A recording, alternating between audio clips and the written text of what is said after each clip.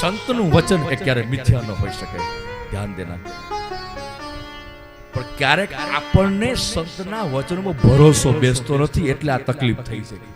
વચન ક્યારે મિથ્યા ન હોઈ શકે, મિથ્યા આપણો ભરોસો હોઈ શકે, પણ વચન મિથ્યા ન હોઈ શકે.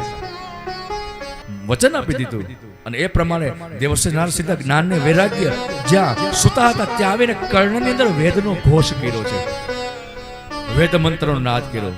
દેવર્ષિ નારદે હરિ ઓમ આનો ભદ્રા કર્તવો છંદ વિશ્વતો દબ્ધાસો અપરીતા સૌદ્વિદઃ દેવાનો જથા સમજવ્રધય યશન પ્રાયવો રક્ષિતારો દિવે દિવે. વેદ મંત્ર વેદ ઘોષ કર્યો કર્ણની અંદર, એટલે ઊભા થવાની કોશિશ કરી. જ્ઞાન અને વૈરાગ્ય વળી પાછા સુઈ ગયા, વળી પાછો વેદનો ઘોષ કર્યો, વળી ઊભા થવાની કોશિશ કરી, વળી સુઈ ગયા. આવું વારંવાર થયું. નારદજીનો આ પ્રયોગ પણ નિષ્ફળ થયો. નારદજી મૂંઝાણા છે.